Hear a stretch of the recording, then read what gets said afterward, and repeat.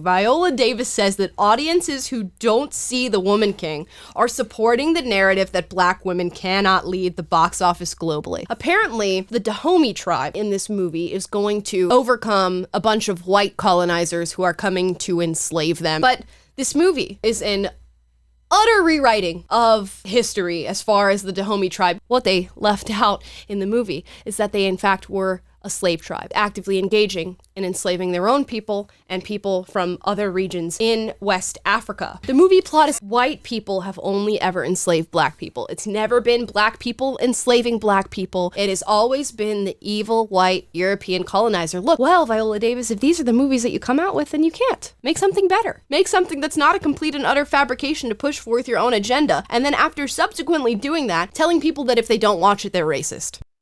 It's fairly important to understand the difference between a documentary and just a movie or a TV series that is out there to display a faction of reality that existed. This is not necessarily about the Woman King, but I think this is one of the first examples I saw of people trying to pretend like they care about historical accuracy in movies. This portrayal of this kingdom, which by the way isn't as violent as a lot of people like to say that it is compared to the other groups, they like to make this mention of, oh, they had slaves, so therefore these people were just enslavers, and there's no reason why they should have shown the female warriors, which by the way was not something special in Africa, but it's something special in the West, and so it's something that draws attention. So the question is, why did so many people have a pushback towards this movie? Well, first of all, if you look at some of the images of the real Dahomey, they make no complaints about, trying to look like a fierce force of people who could do the worst to you. One of the obvious problems that I had is that these people were very colorful people. But if you watch the movie, the people are dressed in like brown leather and it's very restrained. It's not a very colorful people. They have beads everywhere. And just like the Zulus, they have meanings towards those beads and stuff like that. And none of that was captured. But let's go to why they have a problem with it. The historical accuracy they're worried about is white people's slavery bad.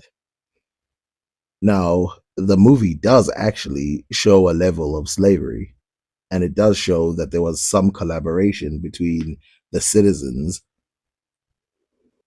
and the European powers.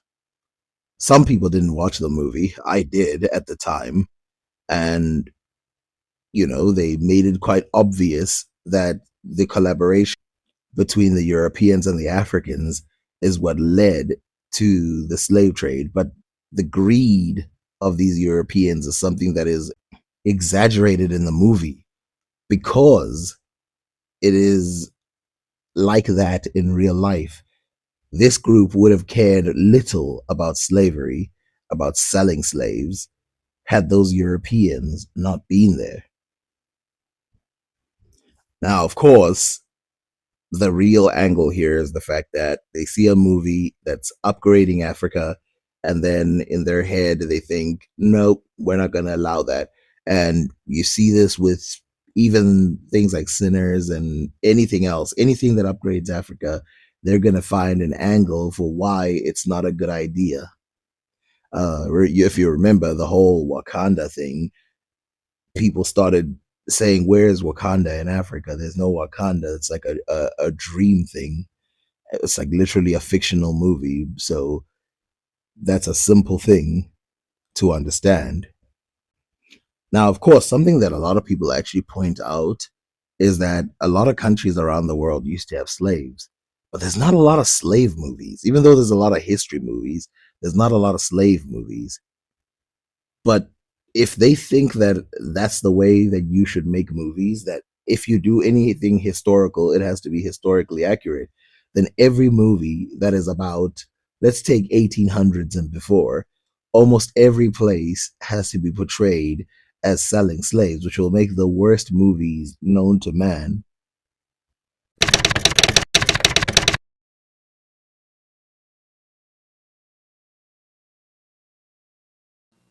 Introduction. Imagine a movie in which a wealthy and powerful society made rich from mass slavery is depicted as a benign but oppressed underdog fighting honorably to defend a traditional way of life which is sacred to the society's elites and in which the slaves never rebel. Imagine a movie in which a kingdom of warriors, with a society built on slave labor, is praised as a nation of freedom-loving liberators for defending their nation from evil foreigners. Now stop imagining and now think of the reality. There is a kingdom that is founded in the 1600s. This kingdom happens to exist at a time of transatlantic slave trade. Many of the victims around them are becoming pure victims because they're allowing their tribes to be enslaved. The leaders of these tribes realize that in order to escape this type of slavery, they must participate, and whatever efforts they make to limit the amount of slaves needed and trade other goods is rejected for the sheer number of slaves that are wanted in the transatlantic slave trade. This causes this kingdom to become incredibly wealthy. The portrayal in the movie does not just 100% make it seem like they're trying to run away from slavery, but instead, it makes it sound like they're trying to fight against enslavement of themselves. So, to avoid you searching throughout the entire movie, all you have to do is go to YouTube, look up Town Elder Council and the Woman King, and then go to minute 155. Well, a little bit back than that. We're going to read the script here, which will show you this quote unquote historical revisionism. So I have to read the script because I obviously can't play the movie. It's going to get copyrighted, but it says, so you see here, the council reacts, the male general, the Migan, glances harshly at Maniska. What the hell, she said to him. Okay, it says, that would mean war. We have been under the foot of the Oyo since before my father's time because we feared their might. But who are we as a people if we allow fear to control us? My king, I agree, but we are not ready for such a war. There are a nation twice our size with horses and more muskets. We need time to plan and prepare our armies. The Agoji are ready.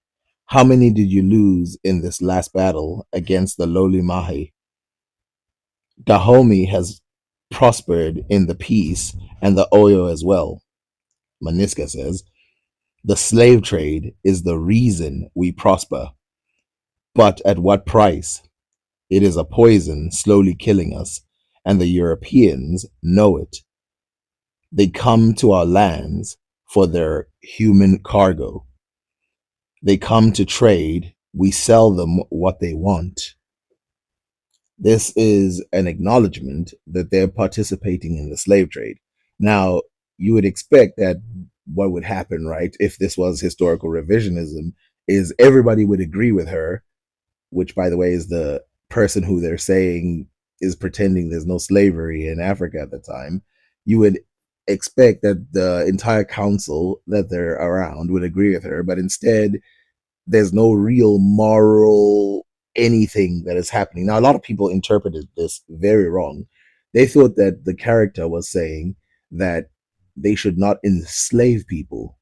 What they're saying is they should not sell slaves to the Europeans, instead, keep their own slaves as captives.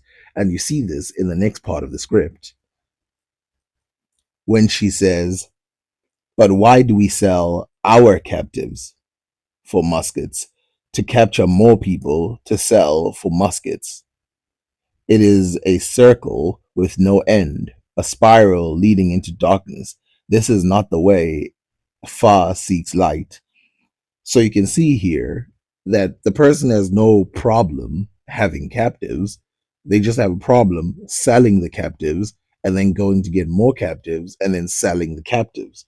This is effectively showing that these people did a lot of research in what was happening at the time, because of course this kingdom, the Dahomey, was trying to transition to other goods before the slave trade dried up.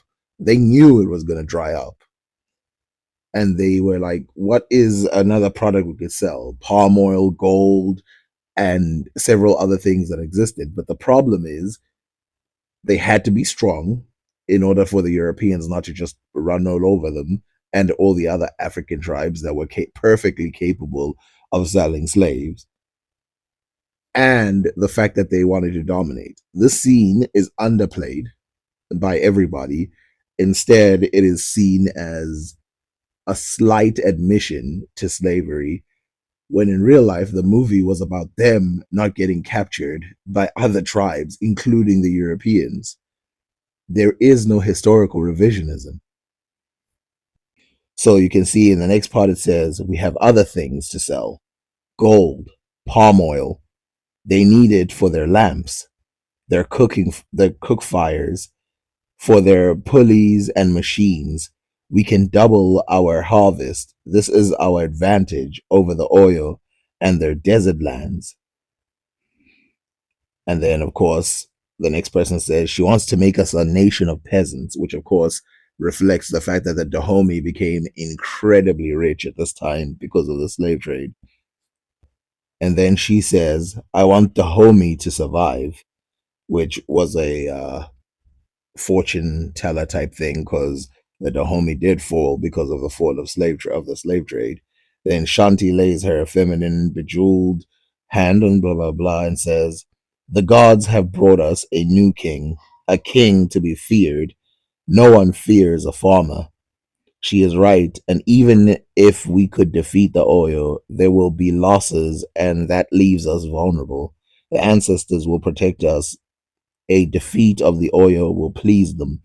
We have already started to gather the tribute. Perhaps we pay to buy us time. As for the palm oil, show me, Niska, show me how much you can produce, and we will see. He leaves the Shante, blah, blah, blah. You speak in secret to our king, and you seek to cut me out. Okay, so this is something different. So basically, they acknowledge the slave trade. They acknowledge that the reason why their kingdom exists in the way that it does is because of the slave trade. But these people want the slave trade to be front and center of the entire movie. The entire movie should just be, hey, we're evil and we sell slaves. Now, it's important to understand that this movie is 100% fiction, but thrown in, obviously, in a time period that is real. It reminds me of the movie Shogun, which every single one of these people who hated the Woman King loved. And they were like, oh, finally, a non woke movie. Shogun was one of the most woke shows. It wasn't a movie. One of the most woke shows to ever exist. Not a one Portuguese had slaves. Not a one British person had slaves. And then, of course, the Japanese were portrayed as like these, evil people in the way that they existed. I mean, I know the Japanese sort of liked it because they don't care. Like, this is money for their country. The Europeans are constantly shown as being against a lot of the violence that is happening there. Very Christian in the way that they behave. Oh no, I can't sleep with this woman because that will betray. It's like, no, no, you're not talking about the real Europeans back then. And then, of course, the entire show is, again, completely ignores the fact that these Europeans were giant slave traders. The very reason why they were kicked out of Japan was that they, one, had basically admitted that they wanted to colonize Japan.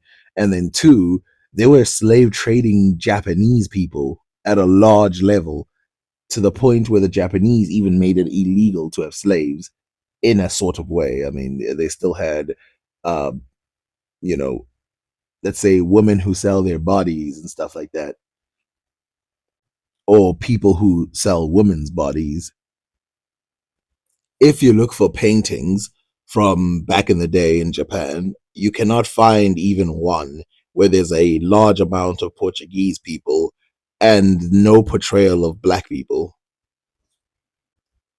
The finding of Japan, or the seeing of Japan by people from the West, is something that was a joint effort between the blacks, the whites, the Asians of places like Macau and China, because of course they got lost, which very typical in exploration by Europeans.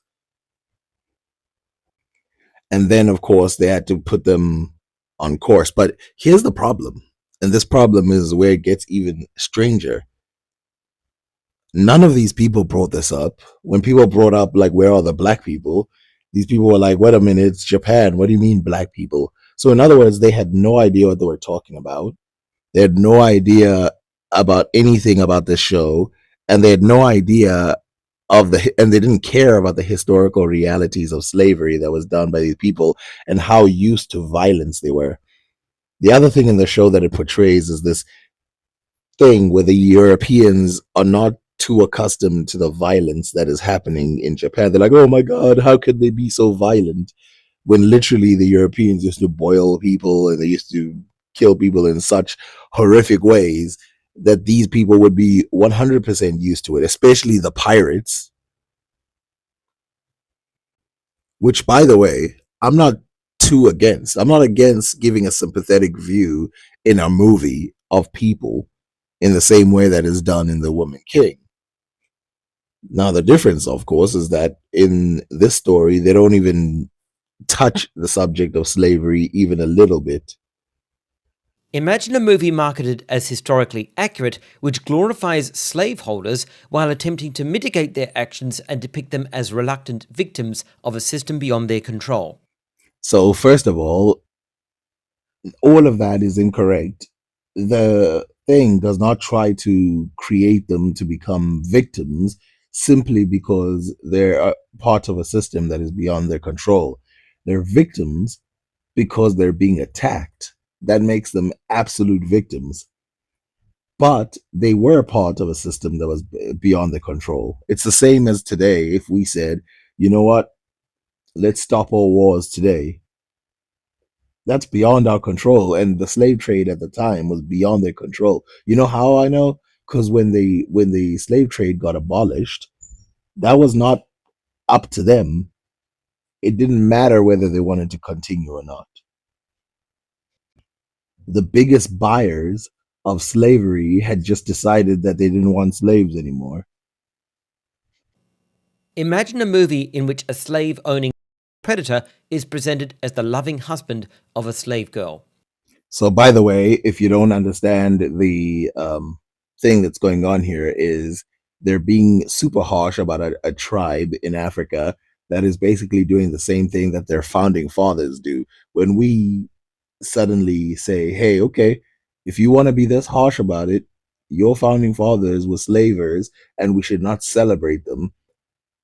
Think about how these people, by the way, Alexander Hamilton, one of the worst. But then they sit here and they will complain that we are going after those people, the founding fathers of America, because they were very much into slavery and they were predators in the same way that this guy has laid out. Yet they will cry about it.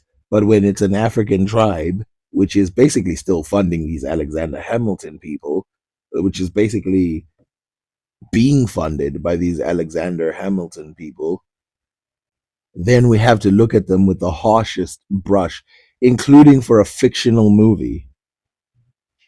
But the real life consequences of what these people actually did, they tell us to just ignore that. The first of these movies was Gods and Generals, released in 2003, which glorified the southern states of the US, downplayed slavery, and implied the Confederacy were the heroes of the Civil War. So back then, there were really no heroes. There were two bad guys acting who committed their own sets of violence. I mean, if you really want to know, go look at what the northern states did to the Native Americans. If you want to know how nice they were, and then of course how they treated some of the black people who fought on their side. Now you must remember that some slaves fought on the side of the Confederacy because, of course, that's kind of what happens when someone's got your foot on their neck. I've never seen this movie and I have no interest in seeing it from the description that he gave, but I hate that he's going to portray it as if this movie is going to be inaccurate, but a movie that's going to portray the northern states as if they're these super nice people would be a more accurate movie. No, they would not be. They would definitely not be. And a lot of the anti-slavery that they had was negotiable because they really that wasn't the main reason they wanted to do that. The main reason they went to war was to keep America together as one nation. And some of these abolitionists kept their slave long after slavery had been abolished. The second was 300, released in 2006, which, though it was based on a comic, misrepresented the historic Spartans by depicting their army as fighting for freedom while failing to mention Spartan society was based on slavery. Using the movie 300 as an example of historical revisionism is actually one of those things that is like extremely silly. It's like the entire movie is historical revisionism. Some of the things seen there could not have even happened in your wildest imagination. A lot of it is very fictional, and so it makes you wonder why it's brought up as one of those things. But again, if you want to say, is it historically inaccurate? Yeah, through and through, from the beginning to the end. The Spartans were very evil, especially compared to some of the groups that they brought up. They were very evil. The Persians would be considered the innocent people, really, throughout the whole entire thing, except, of course, that they were colonialists. But even given that, that does not, mean that this is a to me, this is a great movie because it's a movie. It's not, hey, let's watch a movie about slavery. That's dumb. If you want to make a movie about slavery, you just make a movie about slavery. The third was Birth of a Nation, released in 1915, an explicitly racist movie which glorified to the extent that it encouraged their revival. The fourth was Jefferson in Paris, released in 1995, which grossly misrepresented Jefferson's 14-year-old slave girl Sally Hemings as his loving and willing mistress. Okay, good. At least this guy is being fair about the fact that this is a trend within movies. I hate the fact that he's saying that there's like 5 of them. Almost every historical movie that portrays America, England, the Vikings, pick any group you want, does not portray them as these evil, these evil killers and slavers and predators and all of that. They don't really do that. Instead, they give them this touch of glorious explorers and whatever. And of course, why wouldn't they? All of these movies, from the very time of their release until the present day, have been criticised heavily for their distortions of history, whitewashing of slavery, and promotion of racism. There were public campaigns to boycott both Birth of a Nation and 300 as soon as they were released.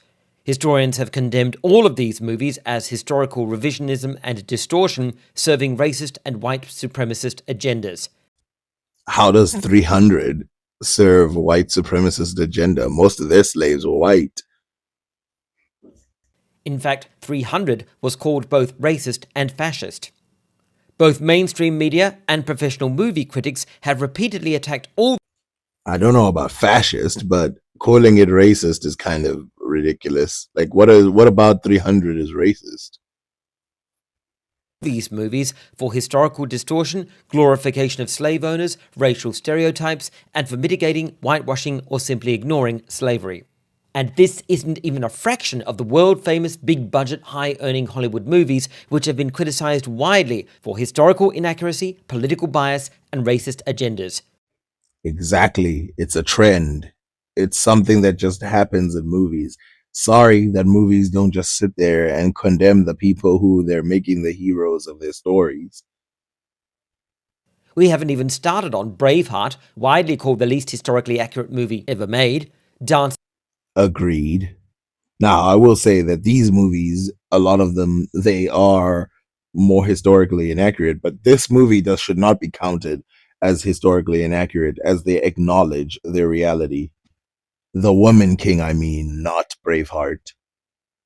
With Wolves, condemned for white saviorism, both The Last Samurai and Last of the Mohicans, condemned for noble savage and white saviorism, as well as historical inaccuracy.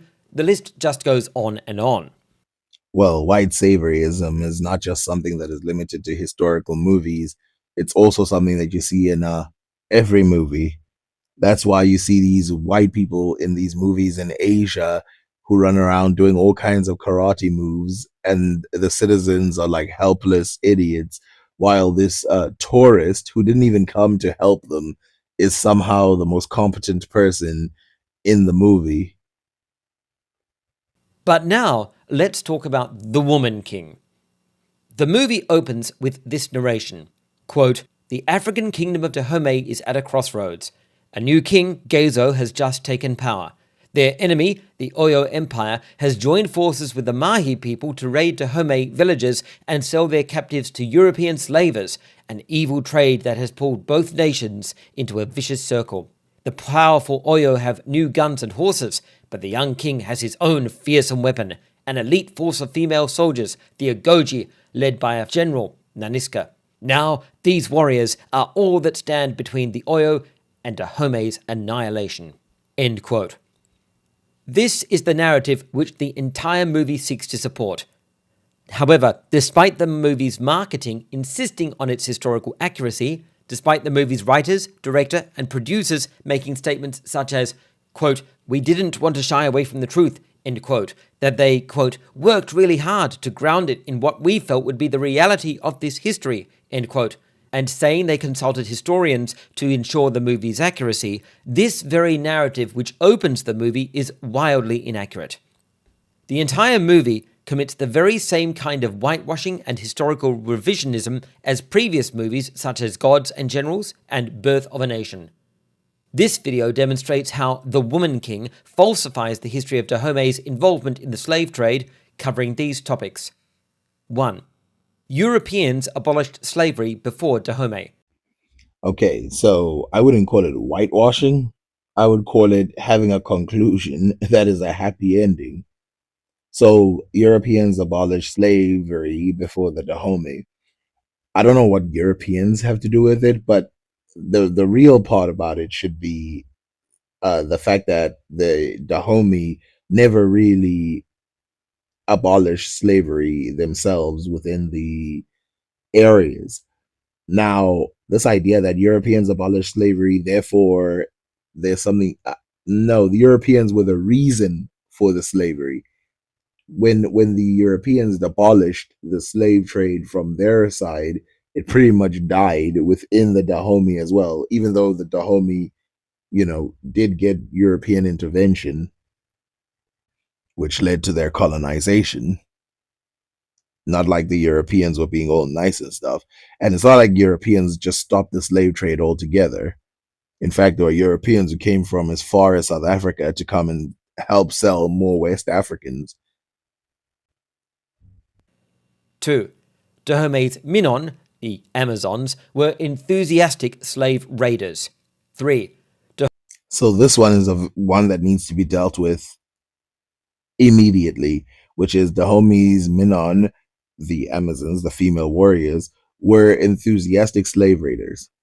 Well, there's a bit of a problem here because one, a lot of them were freed slaves themselves. In other words, they had to do it or they would not be part of the army. And so to say that they were enthusiastic is a pretty weird way of putting it. A lot of them were made up of formerly captive women, as a lot of the other armies around Africa who did participate in slavery, a lot of that happened. A lot of them were freed, but they had to do some kind of job in order to continue being part of the society. And military work is one of them, one of those important ones. Dahome's king Gezo opposed the abolition of slavery. It's not true that he opposed slavery. He just couldn't find a way in which his kingdom would survive while slavery went away. He found out, of course, that things like palm oil and others were so frequent. There was so much of it in West Africa that they didn't need to get it from his kingdom. If we can read the bottom part, it says, though the majority of the individuals taken prisoner by the Dahomey were enslaved abroad, a not insightful or insignificant number remained in the kingdom, where they served on royal farms, in the army, or at the palace. In truth, Gezo only agreed to end Dahomey's participation in the slave trade in 1852 after years of pressure by the British government, which had abolished slavery for not wholly altruistic reasons, of course, in its own colonies in 1833, though Gezo did at one point explore palm oil production as an alternative source of revenue, it proved far less lucrative, and the king soon resumed Dahomey's participation in the slave trade. Now, something they don't mention there is that the Dahomey had laws when it came to slavery, so their participation in the slave trade is one thing, but how slaves were treated is a completely different thing. So I want to read this part from Frederick Forbes. The only act of grace becomes one of slavery if examined. The liberated African from Bahia and Sierra Leone is received at Wada on the footing with the white man, but if he stirs, he is fettered.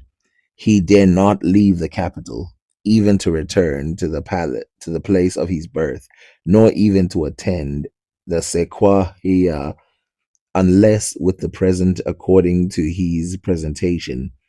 There are certain ancient rules which must be conformed to on the pain of imprisonment, slavery, or death. But the present king seldom puts his own subjects to death or allows them to be enslaved by foreigners. By these rules, no man must alter the construction of his house, sit upon a chair, be carried on a hammock, or drink out of a glass. 4.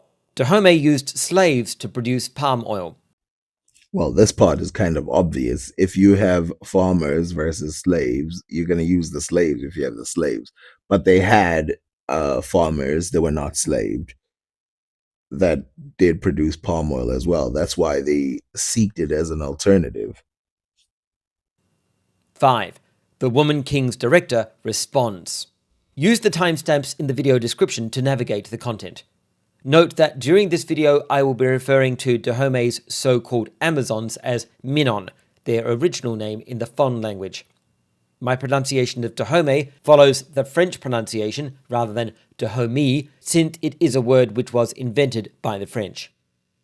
Europeans abolished slavery before Dahomey. Historically, the events of the movie are taking place no later than 1823, the year of the Dahomey Rebellion against the Oyo Empire. Although the movie depicts Europeans as enthusiastic slave traders and some of Dahomey's elites as opponents of slavery, in reality, the facts were the other way around. The British had already outlawed the Atlantic slave trade in 1807 and created the West Africa Squadron, a collection to enforce the ban in Africa. So who wants to talk about how irrelevant what this guy is saying is? So he's saying that the British had banned slavery and they pressured the Dahomey to ban slavery. Couple problems.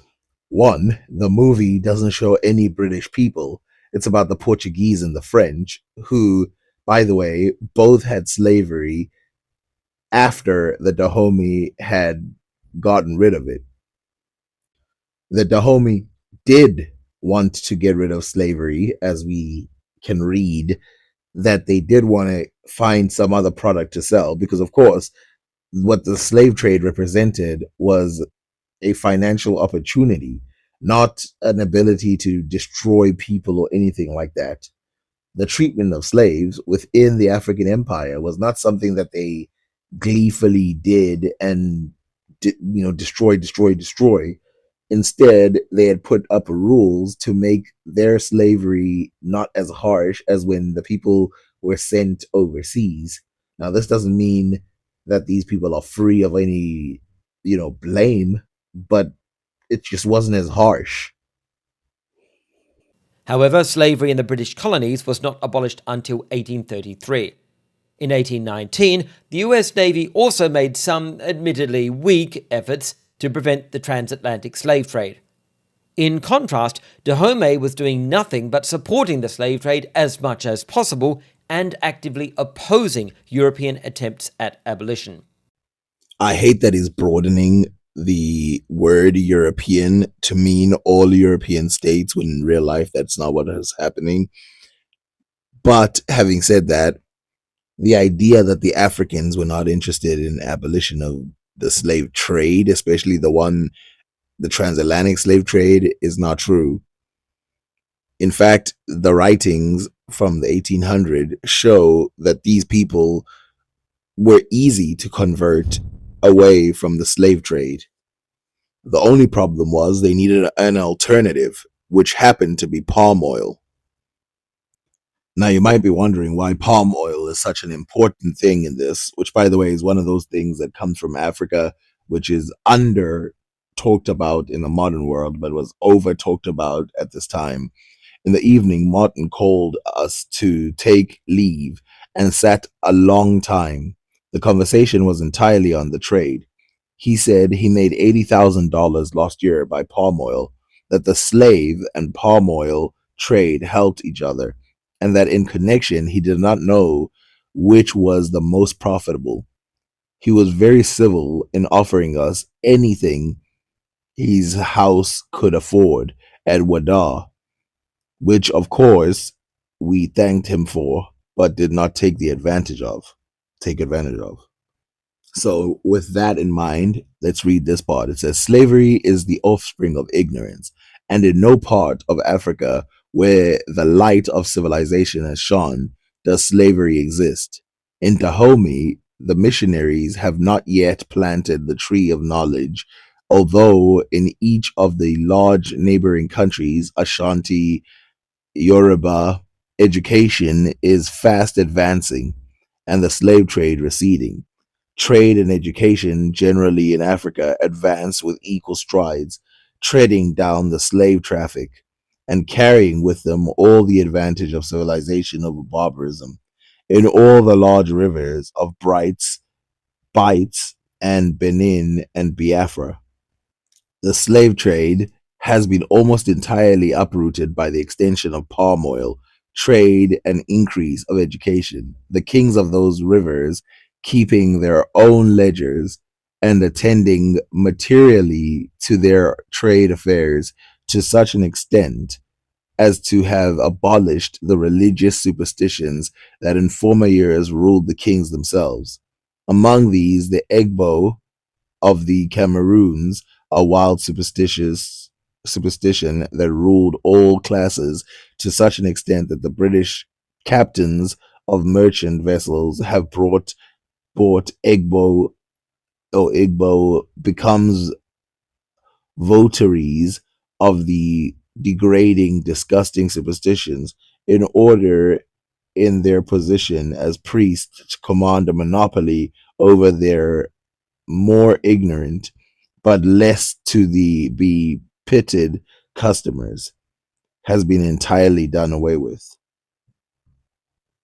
The Dahomey were fully aware of what was happening in their neighboring regions, and they knew of the looming chance that they would have to get rid of the fact that they had slaves as the main currency. And this, of course, led to them experimenting with things like palm oil, which, of course, is already being taken up by these other West African states. So they need something else to sell, but they can't find it. So experiment away and then go back to slavery because they couldn't find another way. In 1815, Portugal agreed to stop all slave trading north of the equator, though it continued to ship slaves from West Africa to Brazil. And France abolished the slave trade in 1815, though it didn't outlaw slavery in its colonies until 1848. Spain agreed to cease slave trading north of the equator in 1818 and south of the equator by 1820, and in 1826, Brazil agreed to stop slave trading north of the equator. These anti-slavery efforts of the European powers were very slow in coming, very slow to implement, and very imperfectly enforced. However, they were considerably more of an effort at the abolition of slavery than anything Dahomey had ever done in its entire history. Far from a kingdom that was not interested in abolishing slavery, these people were not generally in the direction of selling slaves. And it was really the Europeans that got them into the business of selling slaves. As you can read here, the king gave a history of trade from its earliest commencement in Wada and Dahomey down to the present date. First, he said, the French came to Wada before Dahomey conquered it. War put a stop to trade for many years. The white man left Wada in Ada Noazar's time. The English traders were the first who landed there and brought slaves. His father had impressed him with the belief that the English were the first of white men. He thought so and desired much to be at peace with them. Time had passed. He continued, but the Dahomeans had never given up slave dealing. His people were soldiers, his revenue the proceeds of the slave trade or the sale of prisoners of war. Do we not observe the absence of agriculture? Other nations deal in slaves, but not like me. They keep no custom, make no general disbursement. The slave trade of these states must be stopped before I can treat. We observe that he was parting for a small pecuniary recompense with the source of all his riches, labor, that if he retained his slaves and made them cultivate the soil, Dahomey, its resources once developed would become a great nation and himself a great king. The king then dictated a letter to Her Majesty stating his anxiety for peace with the British, his willingness to enter a treaty when the trade was stopped in the neighboring petty chiefdoms, his wish for the British consul to send to his kingdom for missionaries to visit Dahomey and the reside in Wada, and that the military state of his subjects alone at present precluded his becoming the head of an agricultural people. During the writing of this letter, the ministers and interpreters were in full conversation, now and then retiring in their couples and whispering. One of the interpreters, speaking of palm oil trade being the preferable, was at once silenced by Narwi, who remarked that the slave trade was sweet to him, and when absent from Englishmen, the ministers all showed their pleasure at His Majesty's postponement, except the Viceroy of Wada, who could not disguise an anxiety lest the refusal might lead his government into danger from the stoppage of trade. Although there were disagreements between these African people, it's clear that there had already been discussions on stopping the trade and finding an alternative. But the problem is, most of the kingdom operated in this way. In other words, taking away the slave trade at this point, and slave trade meaning slaves going directly to European powers, would cut off the entire kingdom. and it would fall apart, and then, of course, make it vulnerable to its enemies. Now, European powers may seem like they were being the nice guys here, but there's also another problem in which it seemed quite obvious to the Dahomey that the European powers were trying to move in on their territory. And this, of course, did not leave a good impression on them. In 1823, when the movie's conversation between Gazo and his advisors took place, Dahomey was still an enthusiastic participant in the slave trade. The Minon were conducting slave raids, and Gazo was strongly opposed to ending the slave trade. European nations, on the other hand, had already started abolishing slavery years before. So let's talk about why in the early years they left no great impression when it comes to removing slavery. So it says here, your queen can conquer all the white nations, Gezo can take all the blacks. Such is their idea gathered from the reports of the slave dealers who cause them to believe that we are a nation of pirates, water gods in short. But though feared for our power, we leave no moral impression upon the natives by plundering, as they imagine, our Portuguese and Brazilian neighbors. All that we arrive at is that the highest nation of Africa owns a respect which may be also termed a fear for the nations that can do to the whites what they can do to the blacks.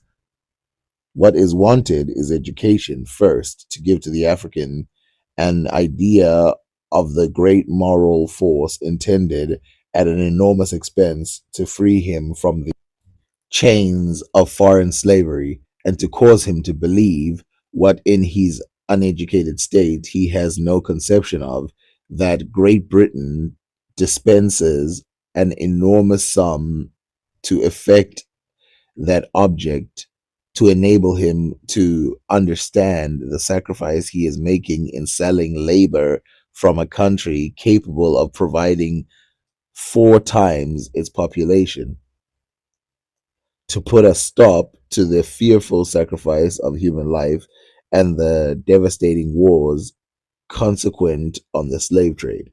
So obviously, by seeing the Europeans raiding, and this is the funny part because people think that the Africans had no idea what was going on outside of their continent, but they knew that the Europeans were colonizing lands overseas. And so it's like, how are you going to sit here and tell us to morally stop doing something when you guys are capturing people's states and they're doing the same thing? Which is why they say you guys can go colonize the white territories all you want, and we'll colonize the black ones. Yet the conversation between Gazo and his advisors makes the Dahomey look like the enlightened abolitionists and the Europeans the backwards and barbarous defenders of slavery. This is a reversal of the facts and a deliberate whitewashing of history. Again, this is not a reversal. The Portuguese made little efforts to change slavery within the Dahomey, instead, benefiting greatly from the slave trade, and they are portrayed accurately in the movie. And again, I'm not just going to defend the entire movie. If they get something wrong, that's fine. But this one is not incorrect. It's the British that cared about removing slavery in that area to the point where they were sending missionaries and stuff like that.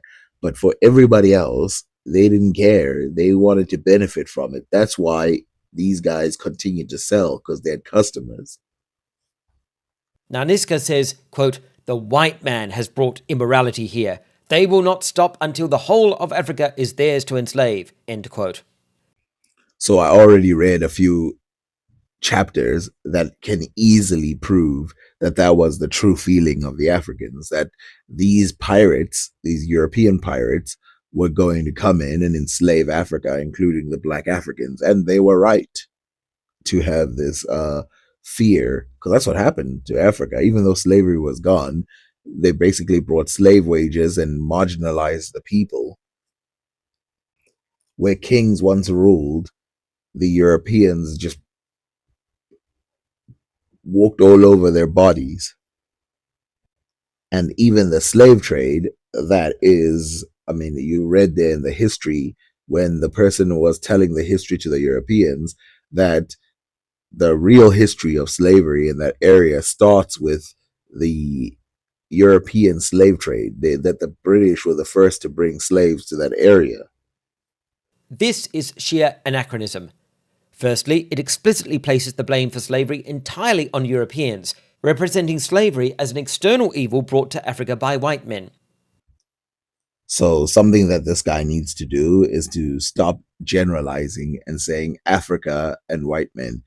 To this specific tribe, it is absolutely true that the benefits of slavery were brought there by the white man. There was a level of slavery, but it was nothing compared to the slave trade that would come after that. And I've already read the history that has been described by one of the king's leaders. On top of that, this huge thing of Europeans and Africans it's being exaggerated at this time. These people are different tribes, small tribes, and each one is it's very important to separate that because each one has very different morality from one another. Just like how the Europeans, different parts of them had very different morality. In turn, this implies slavery was not practiced in Africa prior to European contact, which is completely untrue. Since he wants to play this game, let's test it. So he says slavery existed in Africa before the white man got there. Okay, so it depends who you consider a white man. Who are the black people in Africa who started slavery? Where do they come from? In what region can you prove the earliest slavery in Africa that was brought by black people, where you have written evidence that they were practicing that slavery? The only ones I can think of is North Africans, which, unless you're saying that North Africans are black Africans, you would then have to give up that the slave trade was started by white North Africans in Africa, which the Greeks participated, the Romans, the Egyptians didn't really participate in the slave trade at all, nor the Nubians. Now, of course, I'm not saying there's no slavery in Africa before Europeans get there, but if you play this game of the entirety of Africa, it's like, where are you going to give me written records to prove that slavery existed in Africa before the Europeans got there or before any white people got there? Secondly, it represents Naniska as having a conception of the whole of Africa, which would have been completely alien to her. Thirdly, it represents her as believing that the Europeans aimed to enslave all of Africa, which they never intended to do, and in fact never tried to do. So, of course, there's a lot of problems here. As we can see, Gezo has a concept of white nations and black nations, meaning he has a concept of Africa and beyond. Not only this, he knows about England, Portugal, he knows about Brazil, he knows about Spain, and he also knows about the other American states. Believe it or not, the scouts and the people who were transported by other European powers from the Dahomey were somewhat or very well educated about the world.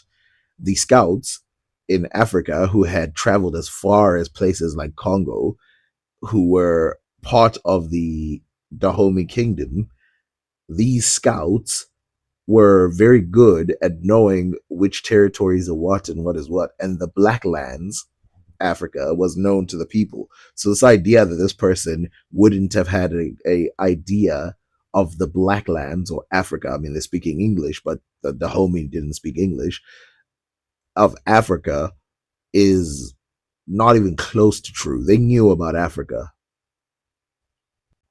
The second part, where the person says they will enslave Africa as a whole, this idea that this did not happen, I don't know where he's getting that from. I mean, colonization was basically the enslavement of Africa as a whole, which you can see was already an anxiety by the Dahomey themselves. They did not look at these people as the most moral people in the world. Which is completely untrue. Secondly, it represents Naniska as having a conception of the whole of Africa, which would have been completely alien to her. Thirdly, it represents her as believing that the Europeans aimed to enslave all of Africa, which they never intended to do, and in fact never tried to do. What's actually crazy is that he already mentioned that the people within the colonies themselves actually continued slavery. And this is exactly what happened when they colonized Africa. Some of these areas continued to have slavery. Some African countries only got rid of slavery in the early 1900s. I mean, people like Congo or Leopold in Congo brought slavery to a new level in Africa that had never existed before. The Swahili coast had slavery. South Africa had slavery, even though it's supposed to be abolished. West Africa, some parts had slavery as well, even in the early 1900s. And then, of course, you had the Germans who effectively had slaves in Southern Africa, not to mention North Africa, which also had slaves. So, this idea that there wasn't this complete European, North African, or African slave thing going on that was predicted and happened is not true. At the end of the movie, Gezo says, quote, "The Europeans and the Americans have seen if you want to hold a people in chains, one must first convince them they are meant to be bound. We joined them in becoming our own oppressors, but no more. No more. We are a warrior people, and there is power in our mind, in our unity, in our culture. If we understand that power, we will be limitless. My people, this is the vision I will lead. It is a vision that we share." End quote. This is all totally anachronistic. Gezo went on to pursue the slave trade for decades until forced to stop by the French. So a speech like this is not completely out of the realm of possibility, as they did try at one point to switch to palm oil. It just didn't work. The idea that he would have never ever said something like this, I don't know why he can be so confident. And then secondly, he says that the Dahomey did not try to get rid of slavery until they were forced to, which I just read you a few parts that show that they definitely were desperate to find any alternatives. They just couldn't. Again, a lot of these palm oil stuff had already been taken by Nigeria, other places like that had already taken it. So you can't just switch to palm oil. There's actually a part where the British tried to tell him, like, yeah, there is other alternative, because that's what he said. Says, show me how I can make this without the use of slavery, how I can maintain the kingdom. It was the richest kingdom in West Africa at the time. Now, obviously, I haven't watched the movie in a while, but if the end is and then they got rid of slavery, of course it wasn't that simple that they just got rid of slavery or whatever, but that's just a happy ending for a movie, which happens just about any other movie. But to think that these people were not sympathetic at all is crazy. Dahome's Minon were enthusiastic slave raiders. So this idea that nobody in this kingdom felt anything bad about what happened is undermined by some of the writings by these Europeans. For example, in the night, such a fate might by accident have befallen even a white man. Gezo, we are assured, has no delight in human sacrifices and continues these awful scenes solely out of deference to ancient national customs. Tonight he is to decapitate six. Now, what is happening here, it's a much longer writing thing, but we don't have time for it, is that basically if you break the rules, you get killed.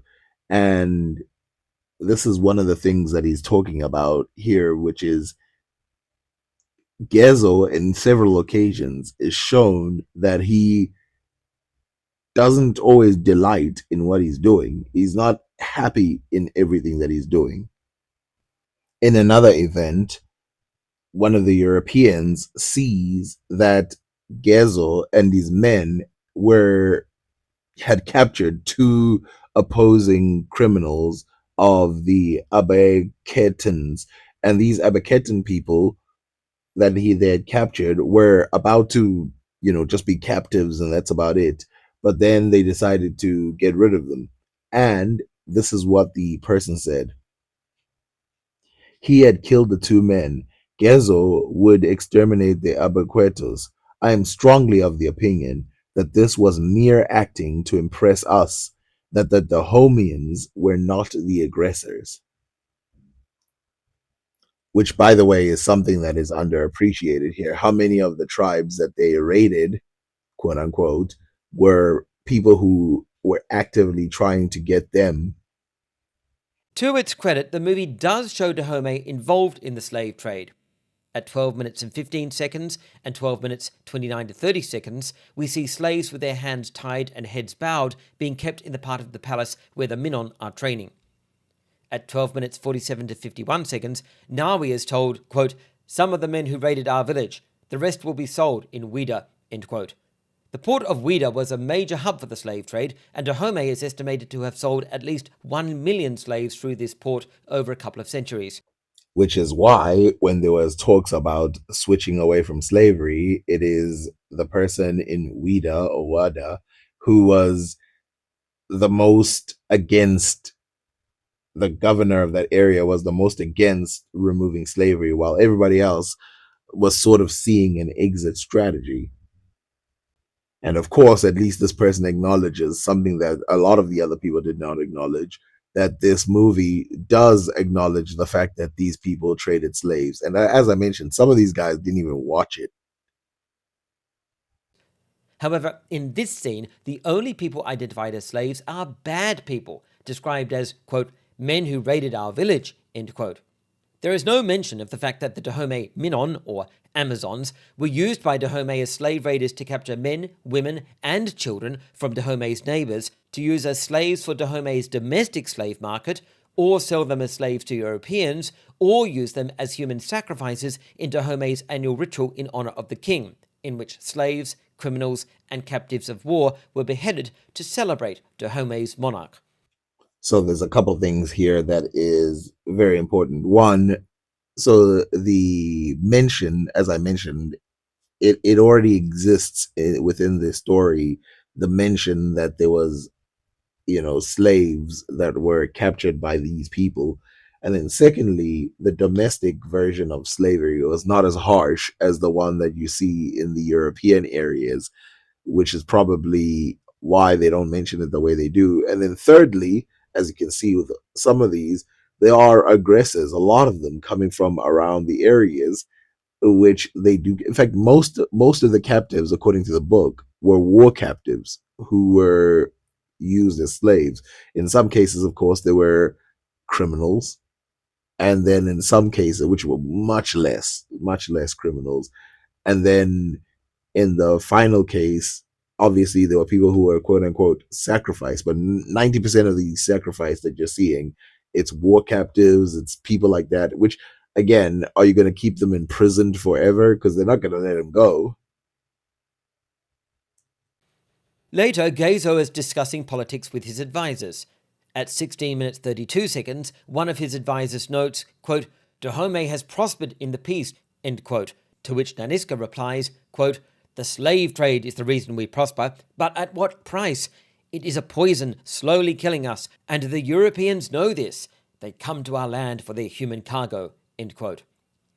This is historical revisionism, placing modern sentiments in the mouth of a historical figure. There is no evidence anyone in Dahomey was thinking this way at the time that the movie's events are set. So I would love to know which part of that is historical revisionism. The part where they said it's because of slavery that we prosper, that's not historical revisionism. And there's no way he doesn't believe that anyone would have said this at the time. In fact, most people would have definitely believed this at the time.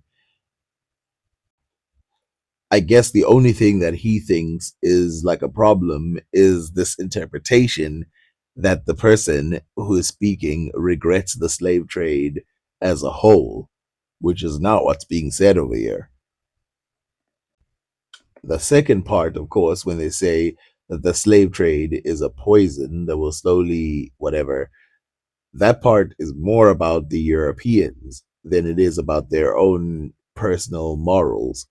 And then, thirdly, when they said the Europeans know this, they know the Europeans know it because the Europeans were using it as a bargaining chip. Around 1823. It is true that the slave trade was the reason why Dahomey prospered, but there is no indication that Gezo or any of his advisors thought that this was a bad thing. Certainly not a poison killing the nation. This is not historical revisionism. It must be said, by the way, that the justification of slavery is something that happens throughout any type of slave trade, because of course you have to explain why you can't just enslave your brother, your mother, your sister, or any other person in your kingdom. This is something we see even with the Europeans. I know some people go, oh no, everybody was enslaving back then, so nobody cared. But I've read people literally from the 14, 15, 1600s who literally say, like, okay, yeah, like the obvious, there's something obvious about how bad the slave trade is, which is why the Africans created songs as justifications. These people, the Dahomey, created songs as justifications because you have to justify why you're doing what you're doing. It's not like the people were just like, oh, we just get people, chop them up, do whatever we want. No, everything had to have justifications. And so the idea that this conversation is impossible is wrong. Note also how Naniska calls the slaves, quote, their human cargo, end quote, as if the Europeans are responsible for the African slave trade. She doesn't say, they come to our land for the humans we have enslaved and turned into cargo to sell so we can profit from them. So I don't know if he didn't fully read it or he just doesn't understand what the person is saying. Clearly, the person said the slave trade is the reason we prosper. That's a clear admission that they are responsible. But at what price? Again, the price being paid by who? It's being paid by them because they're the ones doing it. She's taking responsibility. It is a poison slowly killing us, right? It's a European poison slowly killing us and the Europeans. And the Europeans know it. The Europeans know that this is our poison. The slave trade is our poison. They come to our land for their human cargo. That part is 100% accurate. African slave trade. She doesn't say, they come to our land for the humans we have enslaved and turned into cargo to sell so we can profit from them.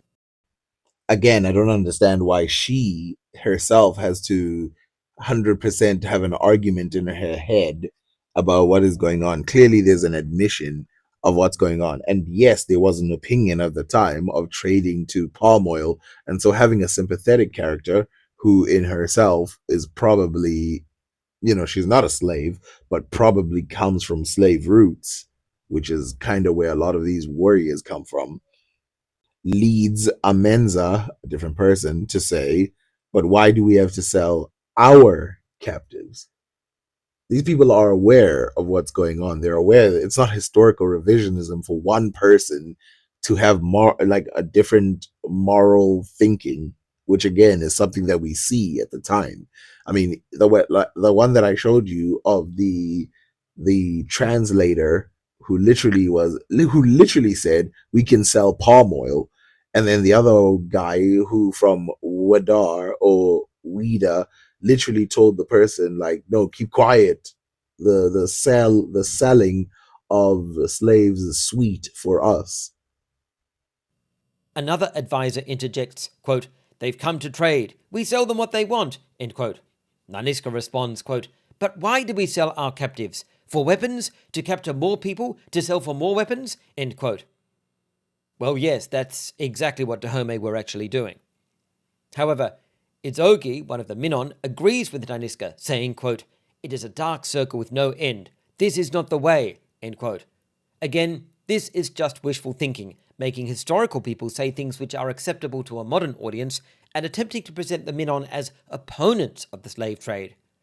In reality, they were not only slave raiders, they were enthusiastic supporters of the slave trade and regularly urged Gezo to continue it. And of course, the fact that some of them were victims of the slave trade and came from completely different empires, that never meant anything to any of them.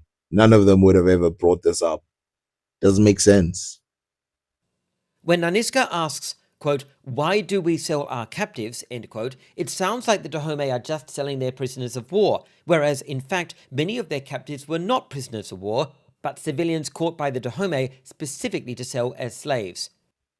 So this part, and I think this guy is fair in some parts, is just a lie. The majority of people who were captured were prisoners of war. As you can see here, time had passed.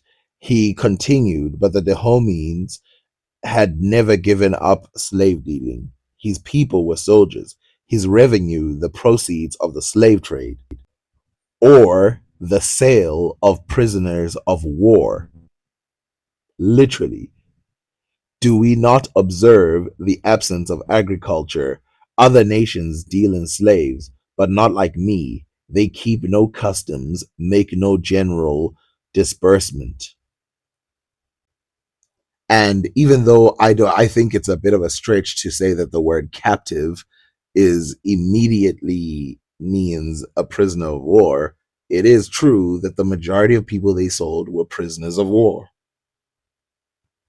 Of course, I need to do way more research and not just one book into the depths of this, but so far there's no reason to believe that these people have no empathy, that these people don't believe in valuing life at all.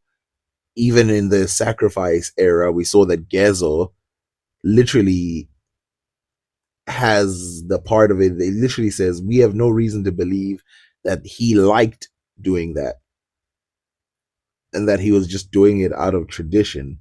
And we see the same thing over and over again in these different categories, that it's not just people who are heartless, who are just doing whatever they want. As to why they sold them, it was to make money, buy guns, and expand the Dahomey Empire even further. Other slaves were captured by the Dahomey to use as sources of agricultural labor, a point which will become particularly important when we look at what the movie has to say about Dahomey's involvement in the palm oil trade. So I will be releasing part 2 of this video very soon. Thank you very much for watching. I just wanted to put an intro to this. We will be looking, by the way, at the Dahomey at a deeper level because we haven't really done it before, especially when it comes to their morals, which I think some people think they're void of.